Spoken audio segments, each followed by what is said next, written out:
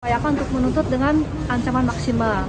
Karena pasal 285 KUHP ini adalah 12 tahun, maka ditambah 1/3 dari pasal 65 sehingga totalnya menjadi 16 tahun. Tuntutannya sadis. Coba aja buka semua kasus yang ada di Indonesia. Ada nggak seperti ini? Gampang hitungnya.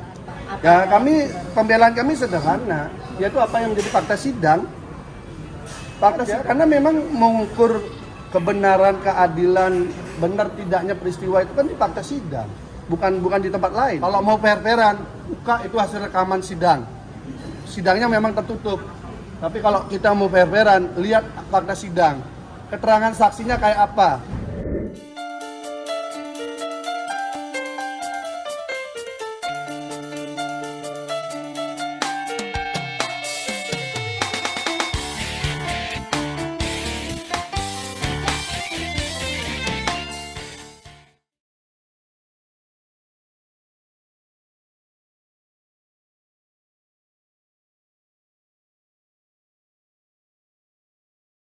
Yang Bu.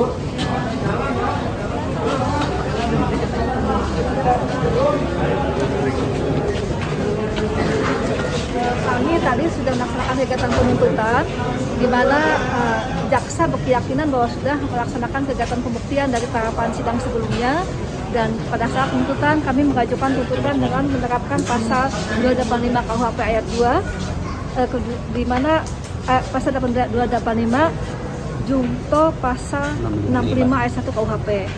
Di situ kami mengupayakan untuk menuntut dengan ancaman maksimal.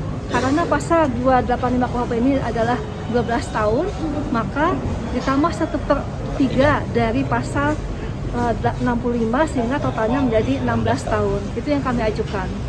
Dan dalam persidangan teman-teman sudah membuktikan bahwa tidak ada hal yang meringankan pada saat proses awal pemeriksaan terdakwa, dan juga terkait dengan dari saksi-saksi yang kami peroleh ataupun pembuktian alat surat ataupun keterangan ahli yang lainnya, semua sudah dibuktikan oleh tim penuntut umum dengan mengupayakan bagaimana kami mencoba melaksanakan kegiatan penuntutan ini dengan mengedepankan hati nurani dan semata-mata hanya melaksanakan perintah atas nama undang-undang. Ada berapa halaman tadi? 152 halaman. 152. Ya. Tidak ada hal yang meringankan yang Tidak ada. Ada upaya pembelaan? Pasti nanti diberi waktu oleh majelis untuk minggu depan. Minggu depan adalah pembelaan dari. Dan terdakwa ditanya apakah akan membela sendiri, tapi diwakilkan kepada penasihat hukumnya. Tambah tadi 1/3 apa dulu? Tambah 1/3 dari pasal 65 kan, jadi pasalnya karena 284 Junto pasal 65 KUHP. Sudah cukup ya, alhamdulillah semua sudah selesai. Ya. Ada pertanyaan? Cukup. Ya.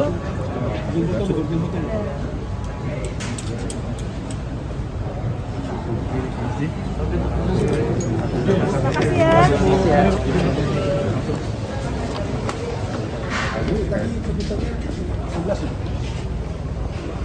Ya.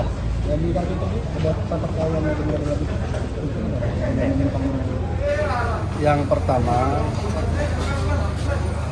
tuntutannya sadis, dan ini membenarkan, bahkan mungkin lebih banyak orang yang tidak pernah sidang itu yang hadir hari ini. Dan percuma kita membuka fakta-fakta sidang, menggali keterangan saksi, menguji alat bukti di persidangan, kalau kemudian desainnya adalah kembali seperti desain awal, bahwa ini harus dihukum seberat-beratnya, bagaimana ada target-target tertentu di dalam itu berjalan. Jadi melihat pertimbangan yang disampaikan oleh JPU tadi, dia mengakui ada testimonium de auditu, tetapi meminta kepada majelis hakim biar itu tetap dipakai gitu loh. Bayangkan, mengakui ada testimonium de auditu, kemudian dia menyebutkan bahwa ada 2 keterangan yang dihadirkan oleh yang bersangkutan, namanya disebutkan juga sebagai pemberat, tetapi keterangannya tidak diakui. Padahal mereka ini yang memberikan keterangan saksi berderet dengan korban, di mana tempatnya dan sebagainya. Dan saya kira ini kalau boleh mungkin tuntutannya lebih pada itu, mungkin lebih pada itu juga. Ini kan sama sekali tidak ada pertimbangan lain Hal yang meringankan gimana? Tidak ada semua, pokoknya gaspol itu 16. Berarti penasihat ini dugaan ada medicine. Ya memang dari awal kan sudah kita lihat cara penggarapan kasusnya kan sudah begitu. Jadi bahwa ini dilengkapkan seperti ini ya saya nggak tahu apakah di ruangan sidang ini masih ada pengadilan atau penghakiman nanti di ujungnya nanti. Karena kalau namanya pengadilan, adil itu adalah menguji alat bukti, saling berkesesuaian atau tidak. Bayangkan disebutkan ada peristiwa yang kedua yang sehingga menyebabkan kejadian berulang. Jadi kena pasal 65 ini kan kejadian berulang sehingga ditambahkan sepertiga. Itu peristiwanya disebutkan dia datang ke sana begitu saja, tidak diakui keterangan saksi yang dicatut namanya. Langsung saja bahwa terdakwa tiba-tiba langsung ke lokasi itu lewat dini hari. Padahal keterangan saksi di persidangan dan disebutkan di dalam dakwaan nama-namanya jelas mengatakan peristiwa itu tidak ada. Jadi tidak penting lagi ada saksi hadir menjelaskan fakta yang ada di persidangan kalau seperti ini. Makanya dari awal saya katakan kalau memang ini mau didesain sebenarnya cukup dakwaan langsung tuntutan, nggak usah lagi ada menggali keterangan saksi. Untuk apa kita menggali keterangan saksi kalau kemudian keterangan saksi data sumpah tidak dipakai? Lalu tadi juga JPU meminta agar BAP itu... Mohon perhatian, panggilan ditujukan kepada para pihak dengan nomor perkara 994 Perdata Gugatan 2022 PN Surabaya. Atas nama penggugat Nelson Maris Makasendra DKK dengan kuasa hukum Jakob Lakbrur Lawal SH melawan tergugat Rido DKK dimohon segera memasuki ruang sidang Kartika 2. Sekali lagi panggilan ditujukan kepada para pihak dengan nomor perkara 994 Perdata Gugatan 2022 PN Surabaya atas nama penggugat Nelson Maris Makasendra dengan kuasa hukum Jakob Makbur Lawal SH melawan tergugat Rido DKK dimohon segera memasuki ruang sidang Kartika 2. Terima kasih. Jadi BAP pun dimintakan oleh JPU untuk dipakai juga sebagai alat bukti. Untuk apa kemudian JPU mengurangi saksi kalau memang mau menghadirkan BAP itu mau diuji kan begitu. Ada 40 saksi, oleh JPU 16 sudah ditutup, kita yang minta biar dihadirkan lagi yang lain. Tapi di persidangan tadi meminta selain saksi testimonium di auditi untuk dipakai, juga meminta BAP yang tidak dipakai di sini agar dipakai juga. Ini kan sesuatu yang bagi saya yang membingungkan gitu loh. Satu sisi dia tidak mau menghadirkan yang di BAP sebagai saksi, di sisi yang lain minta itu dipakai. Padahal kan harus kita uji di sini kan. Ada upaya pembelaan Pak Ketua? Otomatis minggu depan kita pledoi. Pertanyaannya masih adakah ruang-ruang keadilan di situ? Karena ruangan ini pun juga teman-teman tahu sendiri kan. Bagaimana ruang PN bisa dipakai podcast oleh oknum tertentu untuk menekan kekuasaan dan sebagainya gitu. Tapi ya kami berharap seluruh keluarga besar Sidikiyah ini berdoa aja lah. Di atas keadilan manusia masih ada keadilan Tuhan. Berdoa aja nanti akan ada jalur-jalur tangan-tangan Tuhan akan bekerja. Saya yakin itu.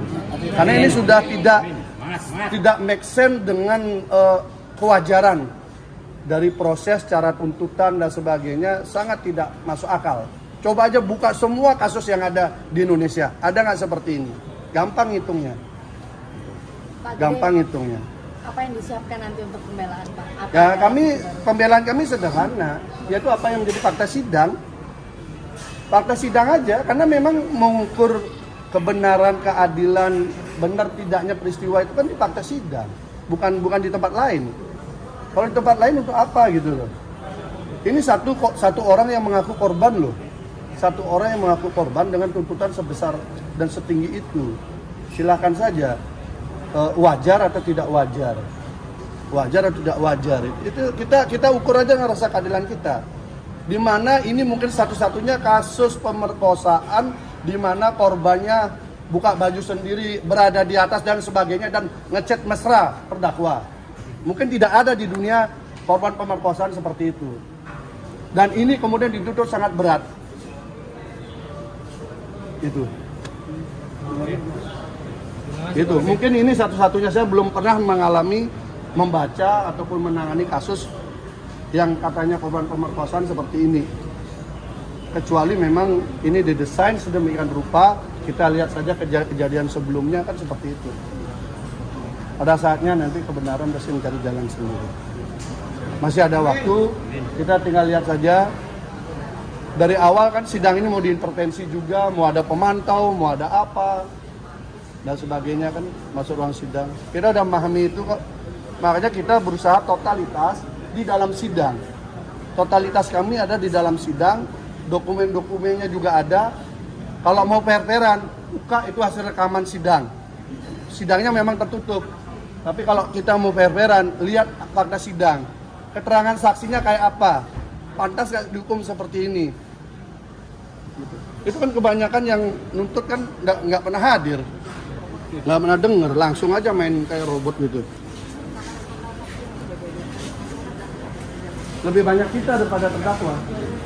Lebih banyak kita tempat itu.